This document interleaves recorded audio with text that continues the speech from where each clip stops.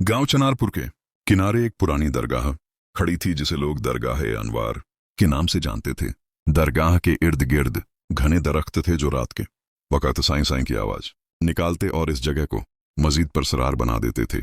सहन में एक चरागा हमेशा जलता रहता था, मगर हवा चलती तो उसकी लौ कांपने लगती जैसे खुद भी डरी हुई हो।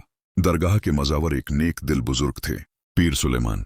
उनकी सफेद दाढ़ी, चेहरे की नूरानियत और परसुकून लहजा लोगों के दिलों को सुकून देता था।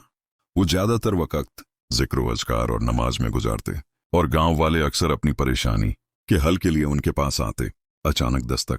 एक रात जब वो अपने मुसल्ले पर बैठे हुए अल्लाह का जिक्र कर रहे थे, अचानक दरगाह के दरवाजे पर जोरदार दस्तक हुई।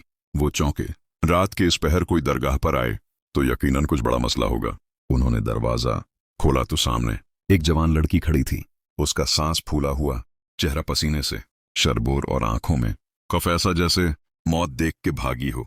कपड़े मिट्टी से अटे हुए और बाल बिखरे हुए थे। वो हाँफते हुए बोली, बाबा जी, मेरा नाम नीलम है, मुझे बचा लें। वो मेरे पीछे है। पीर सुलेमान ने उसे अंदर बिठाया और पानी दिया। नीलम के हाथ इतने कांप रहे थे कि पानी गिलास से छलक गया। पीर साहब ने नरमी से पूछा, बेटी किस चीज से डरती हो? नीलम की आंखों से आंसू बह निकले। बाबा जी, कुछ दिन पहले मैं अपनी सहेलियों के साथ पुराने कुएं के पास गई थी। वहां एक खोखला दरख्त है। जैसे ही मैं करीब गई, किसी ने मेरा नाम पुकारा, नीलम नीलम। मैं समझी कोई जानने वाला होगा।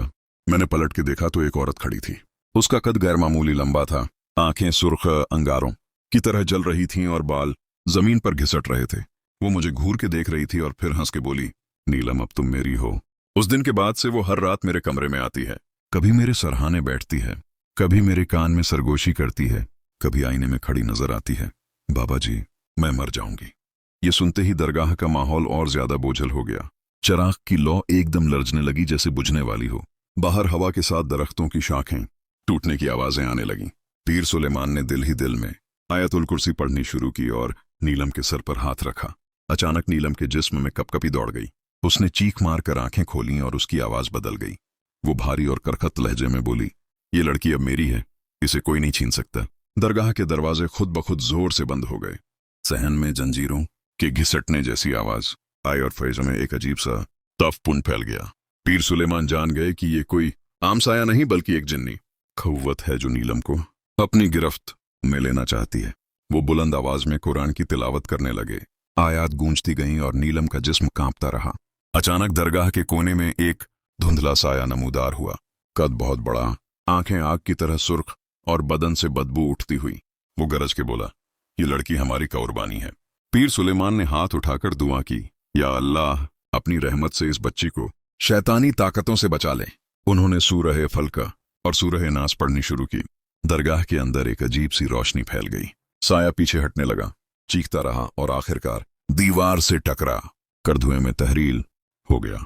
नीलम जमीन पर गिर गई और जोर जोर से सांस लेने लगी। असरात जारी, लेकिन यह सिर्फ आगाज था। अगले कई दिन नीलम पर असरात रहे। वो कभी अचानक रोने लगती, कभी सरगोशियों में बातें करती और कभी उसके जिस्म पर नीले निशानात नमूदार हो जाते। वो अक्सर कहती कि रात को वो औरत उसके कमरे में आती है और कहती है, तुम बच नहीं सकती। नीलम की हालत देखकर पीर सुलेमान ने उसे समझाया, बेटी याद रखो, ये दरगाह और मेरा दम वक्ती सुकून दे सकता है, मगर असल पनाह अल्लाह के कलाम में है। तुम्हें खुद का कुरान को थामना होगा। अगर दिल अल्लाह के जिक्र से जुड़ जाए तो कोई साया कुछ नहीं बिगाड़ सकता। नीलम ने लरजते हुए कहा, बाबा जी, मुझे सिखा दें, मैं हर रोज पढ़ूंगी, बस मुझे बचा लें। तिलावत का आगज। उसी रात से उसने कुरान की तिलावत शुरू कर दी, खास तौर पर सूरह यासीन। इब्तिदा में जबान लड़खड़ाती, आवाज कांपती, मगर वो पढ़ती रही। 40 दिन गुजर गए। गांव के लोग भी हैरान थे कि इस